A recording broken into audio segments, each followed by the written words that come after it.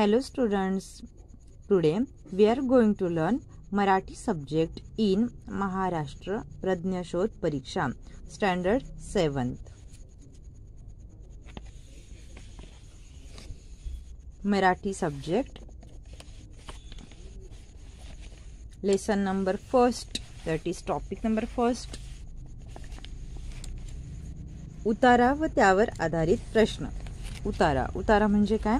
Passage. तुम्हाला एक passage दिलेला असतो, तो तुम्ही पॅसेज वाचायचा असतो आणि त्या पॅसेजवरून काय करायचं आहे तुम्हाला, तर प्रश्नांची उत्तरं लिहायची आहेत. म्हणजेच काय, तर जसं स्कॉलरशिपमध्ये स्टँडर्ड 5th मध्ये असताना जसे तुम्हाला 4 ऑप्शन दिलेले होते आणि त्यापैकी एक ऑप्शन करेक्ट असतो आणि बाकीचे 3 जे आहेत ते करेक्ट नसतात, तर त्यातला एकच कोणता तरी ऑप्शन हा करेक्ट असतो. त्याप्रमाणे काय करायचे तुम्हाला या परीक्षेत सुद्धा, महाराष्ट्र प्रज्ञाशोध परीक्षा ही यामध्ये जे पेपर येणार आहेत तुम्हाला 2, तर ते जवळपास स्कॉलरशिप सारखेच आहेत. तर आता पाहूया. पहिल्यांदा आपण पहिला टॉपिक चालू करतोय, तो म्हणजे उतारा व त्यावर आधारित प्रश्न. यामध्ये एक गद्य उतारा दिलेला असून त्याखाली 4 प्रश्न विचारलेले असतात. उतारा एकाग्र चित्ताने काळजीपूर्वक वाचा व त्यातील आशय समजून घ्या. म्हणजे तुम्हाला काय करायचं आहे, तर उतारा पहिल्यांदा वाचून घ्यायचा आहे, ठीक आहे, आणि मग त्या उतार्यामध्ये काय म्हटलेलं आहे हे समजून घ्यायचं आहे. उतार्यातील संवाद, घटना, वर्णन, प्रसंग याची नीट माहिती समजून घ्या. प्रत्येक प्रश्नाच्या खाली 1, 2, 3, 4 अशी 4 पर्याय उत्तरे दिलेली असतात. म्हणजे तुम्हाला 4 ऑप्शन दिलेले असतात. प्रत्येक पर्यायाचे नीट वाचन करून त्यावर विचार करा. कधी कधी असं आपल्याला कन्फ्युजन होईल असे सुद्धा प्रश्न असू शकतात. आपले उत्तर निश्चित असल्याची खात्री झाली, एकदा कन्फर्म झालं तुम्हाला की आमचा आन्सर बरोबर आहे, की मगच पर्याय क्रमांक निवडा. उत्तरपत्रिकेत प्रश्न क्रमांकासमोर 1, 2, 3, 4 अशी पर्यायी उत्तरांची वर्तुळे दिलेली असतात. योग्य उत्तराच्या पर्याय क्रमांकाचे वर्तुळ काळ्या किंवा निळ्या बॉलपेनने रंगवा. या ठिकाणी तुम्हाला एकतर ब्लॅक किंवा एकतर ब्ल्यू असं पेन यूज करायला सांगितलेलं आहे, बॉल पेन सांगितलेलं आहे यूज करायला, ठीक आहे, एक्झाममध्ये. तर आता या ठिकाणी तुम्हाला एक नमुना उतारा दिलेला आहे, तो आपण पाहूया. मुलांनो, प्राणी आपले मित्र आहेत. पहा काय म्हटलेलं आहे, प्राण्यांना मित्र म्हटलेलं आहे.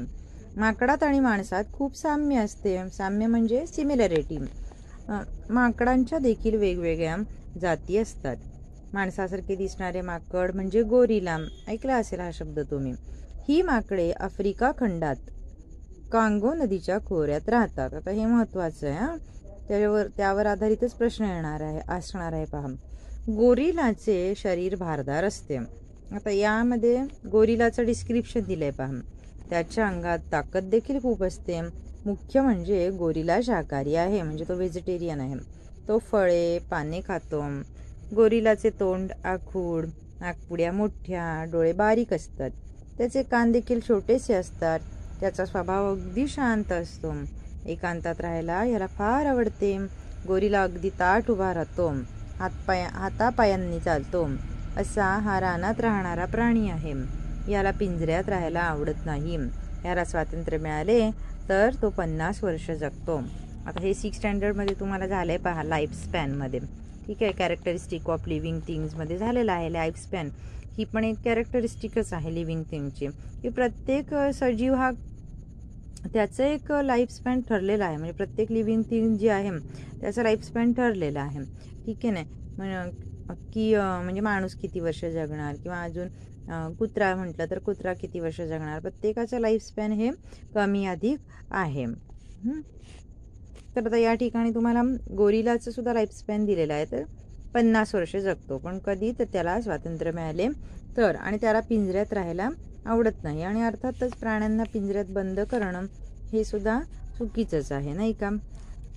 चला, प्रश्न पहिला, माणसासारखे दिसणारे माकड कोणते. आता तुम्हाला इथे दिलेलंच आहे पहा, की माकडात आणि माणसात खूप साम्य आहे. आणि त्याच्या खालची लाईन जी आहे, माणसासारखे दिसणारे माकड म्हणजे गोरिला. त्याच्यामुळे तुम्ही आन्सर काय लिहायचं आहे, गोरिला.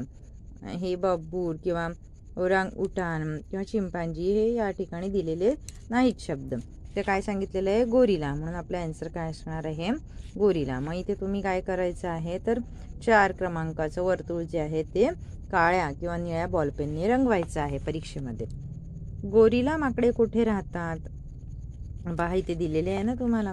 आता इथे डायरेक्ट गोरिला माकडे असं नाही दिलं, ही माकडे म्हणजेच कोणती तर गोरिला आफ्रिका खंडात कांगो नदीच्या खोऱ्यात राहतात. पहा कुठे दिलेलं आहे, हे पहा इथे आन्सर दिलेला आहे कांगो नदीच्या खोऱ्यात. म्हणजे तुम्ही पॅरेग्राफ जर व्यवस्थित वाचताय, रीड करताय तर आन्सर तुम्हाला सहज मिळू शकतात त्याची.